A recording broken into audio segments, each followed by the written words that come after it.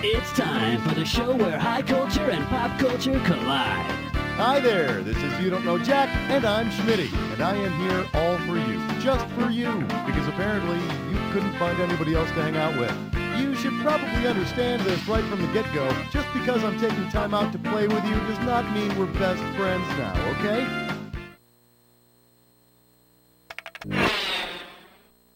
One.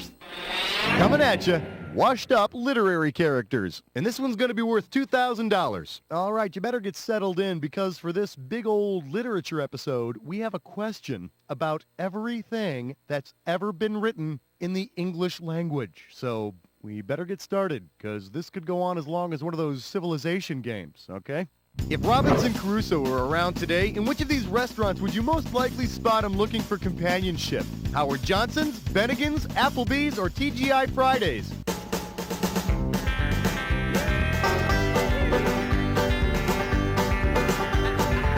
Bennigan's? Look, even if I had been alone for 24 years and was starved for company, I would still find their singing annoying. Here's the one the winners pick. Robinson Crusoe's companion on the desert island is named Man Friday. And man, he made a mean fried cheese platter. Two. Up next, the literary canon, with a few more ass jokes. You get it right, I'm putting you up $2,000. Eyes forward, we're going. Suppose there's a new comedy version of the brothers Karamazov starring the Wayans brothers. How many Wayanses will be needed to fill the roles of the brothers? Keenan, Damon, Marlon, and Sean. Keenan, Damon, and Marlon. Damon and Marlon, or Sean? You've never read Dostoevsky, have you? Well, homie, don't play that. So you don't lose any sleep over it. In Dostoevsky's The Brothers Karamazov, there are three main brothers, plus the bastard brother, Smerdyakov. But if you've ever seen the Wayans brothers show, you know that they're all funny bastards. Three. Here's a little something I call Great Willard Scott. You get this one, you pocket $2,000. So you know how Willard Scott always announces the birthdays of old folks on the TV? Well, if Willard Scott decided to honor the oldest surviving epic in the English language, which of these would he mention on the air? The Old Testament, Beowulf, the Canterbury Tales, or Romeo and Juliet? An original manuscript of Beowulf is the oldest surviving epic in the English language. And, like the old folks, the manuscript is slightly soiled and wrinkly. But it has much better insurance. Four. The category is when bad things happen to cute, fuzzy animals. You get it right, you get $2K. Okay, free your mind. Say your pet gets run over by a truck and... Oh, I'm sorry. And to ease your overwhelming grief, you pick up a good book. Which of these would not remind you of your pet's untimely demise? Shane, Old Yeller, Where the Red Fern Grows, or The Yearling?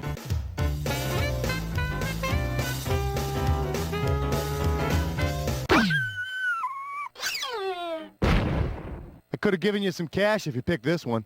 Shane doesn't have anything to do with pets dying, but if your pet cowboy ever runs away, it'd be best to avoid this one. Hey, how about that? It's a when did happen. Okie doke, here's how you do it. I show you a big ol' event like this one, then I list off 7 other events like this one. All you have to do is tell me whether each one happened before man first walked on the moon, after the moonwalk, or if it never happened at all. When the correct answer is lit, buzz in and get $1,000. But please watch yourself, because every time you buzz in on a wrong answer, I'm taking away $1,000. All right, it's go time. The category for your when did happen is brought to you by the Kansas School Board. Okay, so we're agreed that Beowulf is the oldest surviving English epic, but hey, how about that oh-so-popular through the ages little book called the Bible, huh? Heck, that there book of Genesis records stuff from the very beginning, right? In fact, do you recall this little event? God made the stars, the sun, and the moon. Now, according to Genesis, the book, not the band, did this happen before God made the stars, sun, and moon, after that, or did God never do it at all?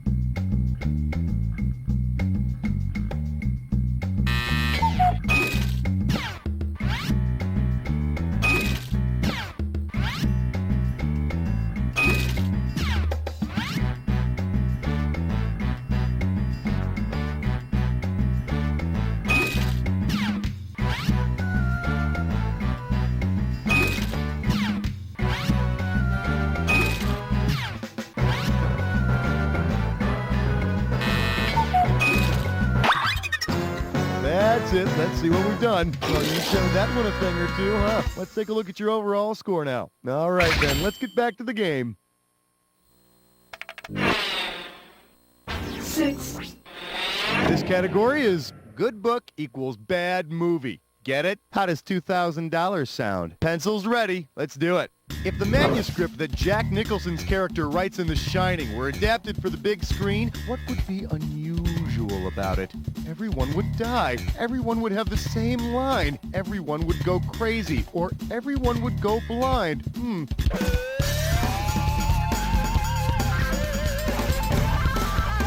The unpublished manuscript in The Shining reads, "All work and no play makes Jack a dull boy," over and over. So, everyone in the movie version would have the same line. And all work and no play makes this Jack pretty dull, too. Red rum. Stop it, I hate that. Red rum. Red rum. I said red stop rum. it! 7. The category's gonna be Chivalry Ain't Dead.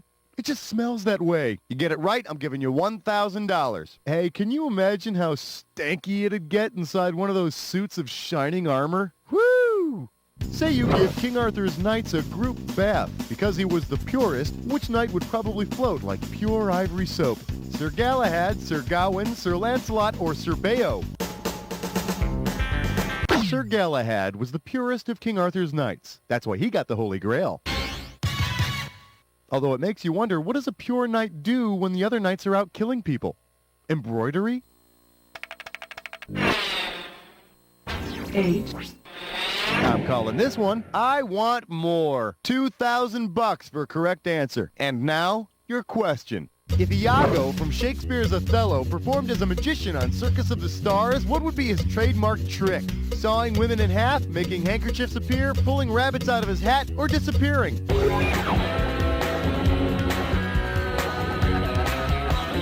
Pulling rabbits out of his hat? No, but your trademark could be pulling answers out of your butt. The correct answer is, in Othello, Iago plants Desdemona's handkerchief on Cassio to make Othello think his wife has been unfaithful. But Othello didn't really believe it until after the circus, when he saw her sequined thong in Scott Baio's pocket. 9. This one's called, I Read Banned Books. If they have pictures. You get this one right, you get 3,000 greenbacks. Forward, march. Which of the following titles did not make the list of the most frequently banned books in the 1990s? James and the Giant Peach, The Adventures of Huckleberry Finn, Little Red Riding Hood, or Animal Farm?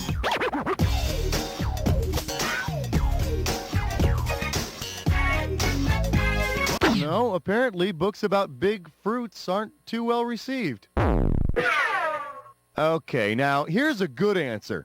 According to the book banned in the USA, George Orwell's Animal Farm is not among the most frequently banned books in the 90s in the US. Apparently, its ideas on socialism are considered not as threatening as the themes of Daddy's Roommate, Heather Has Two Mommies, or How to Eat Fried Worms. All right, sit up straight. It's time for a Coinkydink. All right, listen up. Here's how you play this thing. I'm going to give you a set of pairs that are somehow related. And there's going to be a series of items whipping by that may or may not connect the two. Buzz in to choose the item you think correctly joins the two. You'll get $1,000 if you're correct. But think before you choose. You're going down 1,000 for every wrong answer. At the end, I'm going to give you a shot at some extra bonus cash. Keeping an eye on all the correct answers is going to give you a leg up in the bonus round. I like to call this Coinkydink. Great books. Got it? Good. Let's go. To form an opinion and Joseph Walker's position. What do these two things have in common?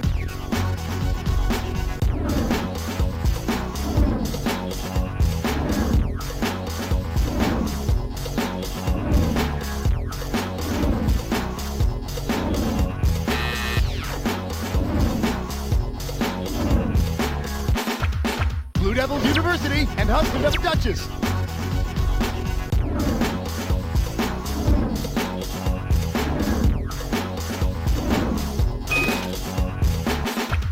Underdog's girlfriend and Blythe want a cracker?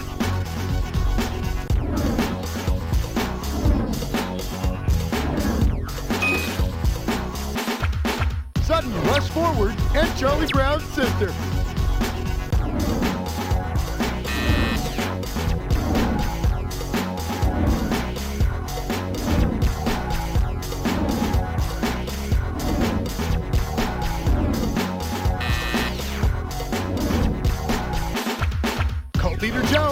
Conrad's Lord Blank.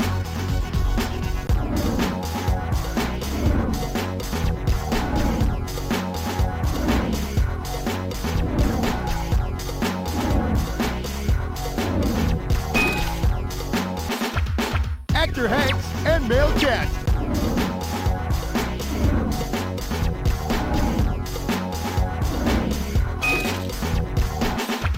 Blue Cartoon Hound and Type of Fairy.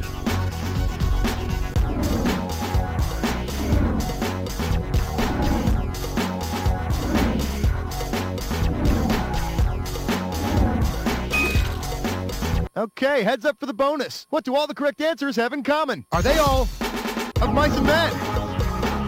The Adventures of Huckleberry Finn. That's it. Well, you either paid attention in class or you've spent a lot of time rafting on the mighty Mississippi. Okay, not bad, not bad. A bonus score would certainly help, though. Hey, player one, you got the bonus, too. I'd pat you on the back, but I don't want to catch anything. Let's move on. 11. Coming at you, now in stores, the Lolita pop-up book. You're looking at $3,000 on this one. Hey, check it out. I think I found another potential banned book for that fancy banned book list. Suppose Vladimir Nabokov had written a children's version of Lolita. Just imagine, okay? Given Nabokov's specific animal expertise, what might have been the plot of his children's book? A fly falls in love with a maggot. A frog falls in love with a tadpole. A butterfly falls in love with a caterpillar. Or a bear falls in love with a cub.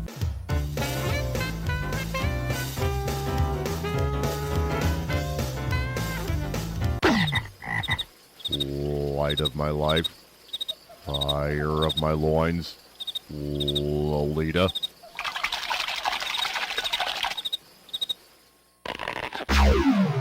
Why didn't you pick this one?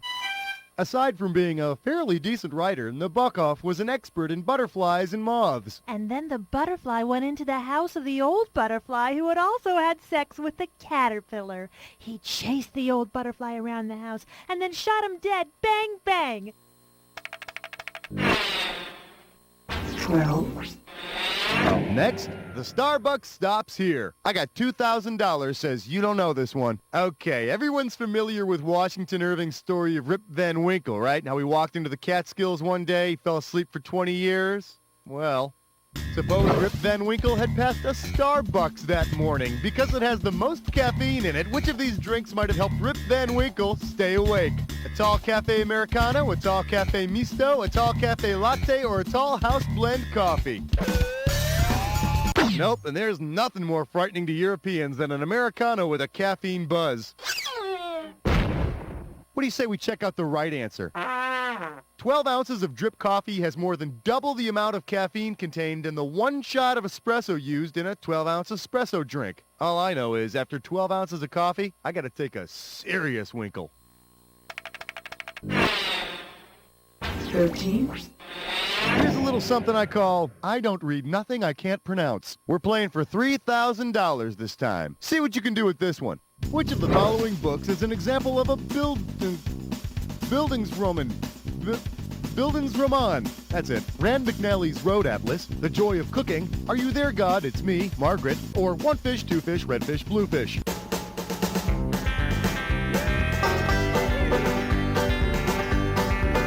A Bildungsroman is a novel about a young character's education or spiritual development. So, Are You There, God? It's Me, Margaret is a perfect example. Period. 14. The category is Somebody Smoke That Ham. And this one's worth $1,000. Okay, you know the book Charlotte's Web, right? Hey, what doesn't say love if not a spider writing neat things about you in her web? Imagine Charlotte wrote her spider web messages to Wilbur in Pig Latin. Which of the following would Wilbur see in the web? Sumicus picicus, I'm say ikpe, sub in public, or gip emos.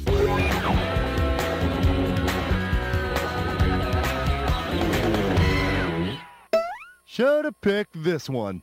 In Pig Latin, the first consonant sound of a word is moved to the end of the word, and A is attached after that. Unfortunately, Wilbur couldn't understand Pig Latin and had no idea what Charlotte was talking about when she wrote Orye Aikenbay.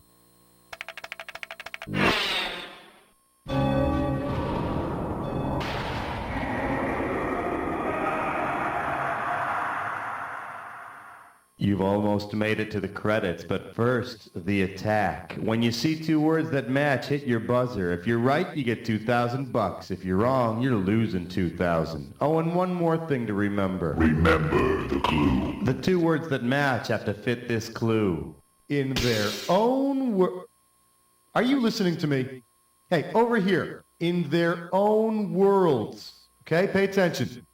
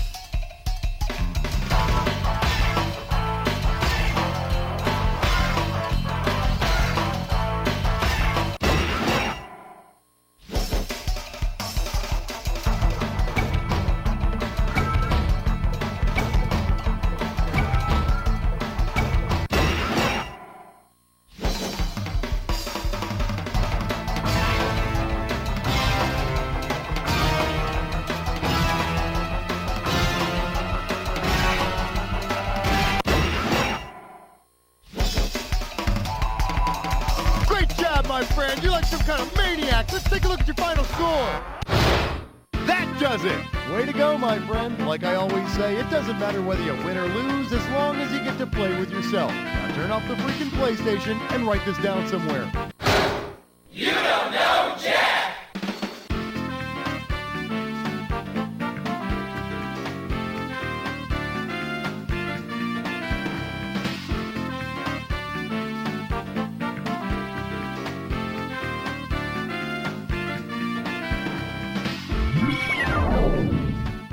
If you would like to play again, please let me know.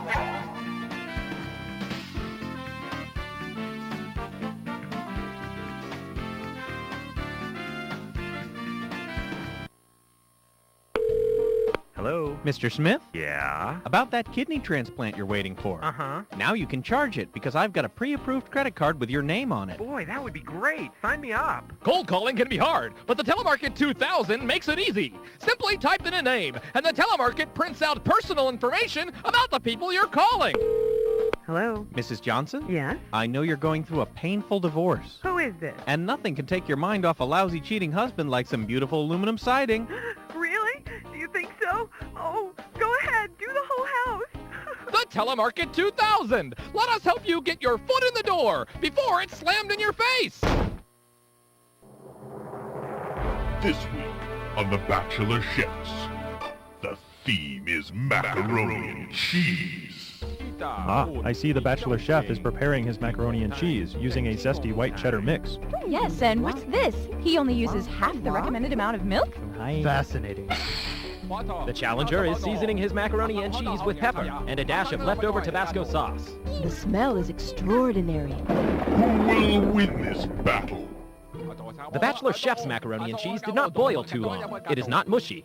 The dish is creamy, but not too rich, or a buttery goop. The challenger's macaroni and cheese, it is a bit runny, perhaps too much milk. Yes, he should have allowed it to sit for a few minutes. Next time on The Bachelor Chefs. Do you like steak? Mm-hmm. Do you fancy yourself a conquistador? Si. Then come on down to Uncharted Steaks, the restaurant for today's modern explorer.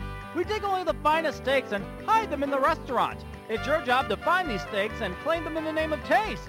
But beware, many dangers await you on your mission. I took a blow dart in the neck, but it was worth it for that juicy steak. An ornery king beheaded my husband, but hey, what a steak. My daughter was eaten by a lion. I gotta tell you, that was a great steak. So come on down to Uncharted Steaks and claim some steak in El Nombre de Gusto.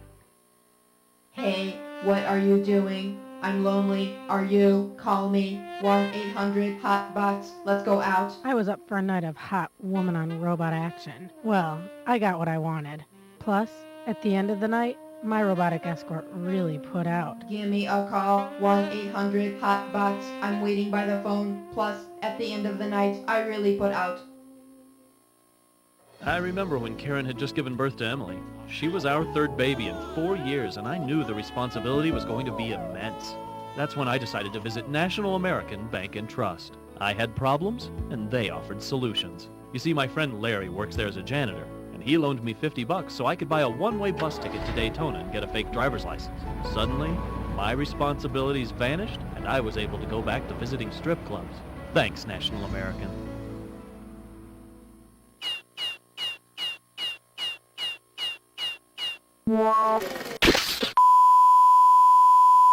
New players, let us take a selected card.